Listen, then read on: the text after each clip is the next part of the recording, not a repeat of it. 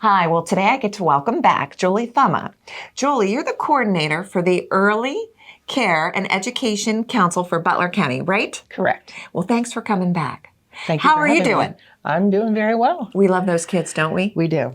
So a lot of people might not be familiar with this council or the mission of the council. Could you kind of give us an idea of the purpose? I can. So the Butler County Early Care and Education Council was formed in 2001. Okay. And its purpose is to support school readiness. So we bring together community members from early education programs, school districts, social service agencies who all are concerned about the well-being of our little children, right, and them getting to school ready to learn. Yeah, which early childhood development is so critically important, as you and I both know.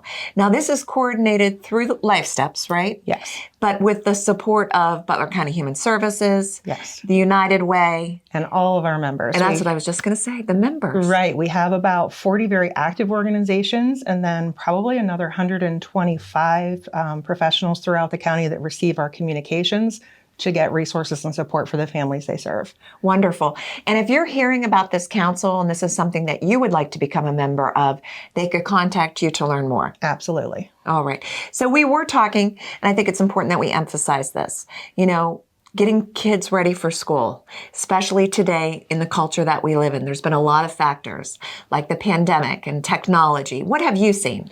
So as we meet across the county over the past couple of years, we're continuing to see children who's had changes in their development as a result of the pandemic and the changes that it made on our life. Right. Many kids, if we think about it, our incoming preschoolers this year are COVID babies, so they're 2020 infants.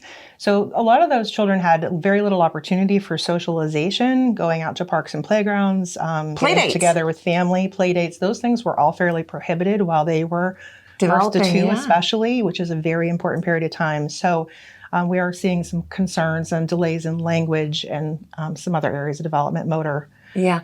And I know a lot of kindergarten, they would like to have some of those skills already kind of like in place so that they can be school ready. Let's get ready to go to the next level. They would. And now teachers are trying to catch up.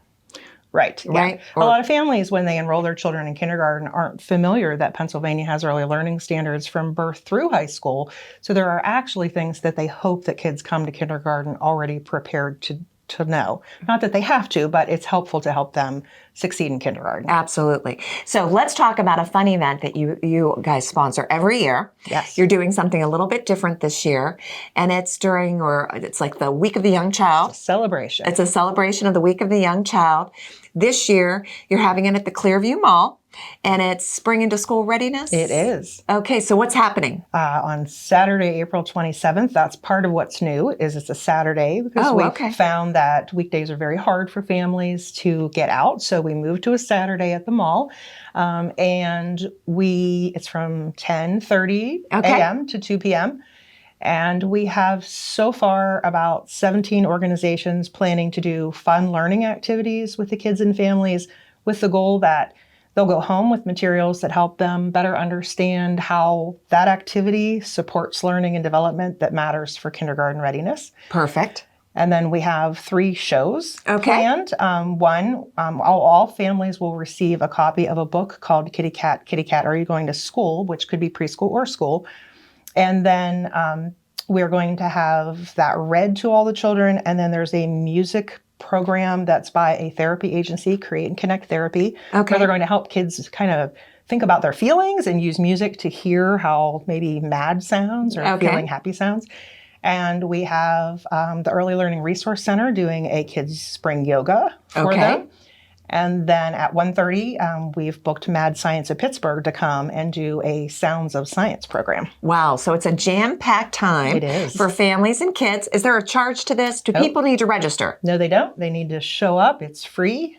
And there's prizes. Yeah, absolutely. And what's nice is that, the mall, there's lots of room. Don't need to worry about the weather. Right. Lots of room to kind of like run around and do these activities. Now, did I also see that there's going to be a consignment sale happening? There is. We have collaborated with an Angels Attic consignment sale. Okay. They have a long history of selling children's clothing and toys, and the woman, Stacy, who operates that business, is a teacher and early intervention professional, so she has a passion for us. So we're trying to work together to make sure there's lots of fun activities happening at the mall on the same day. Yeah, and get a lot of bargains too. True. Right, get those school-ready clothes that everybody needs. Right. So Julie, thank you for coming again to the Butler Buzz. Good luck with your event. Thank you. And thank you. Thanks for watching this episode of the Butler Buzz. If you want to see more, just click on the playlist button up here. To keep up to date with all of Armstrong Neighborhood Channel, click on the subscribe button down here. Hey, I suggest you do both. See you next time.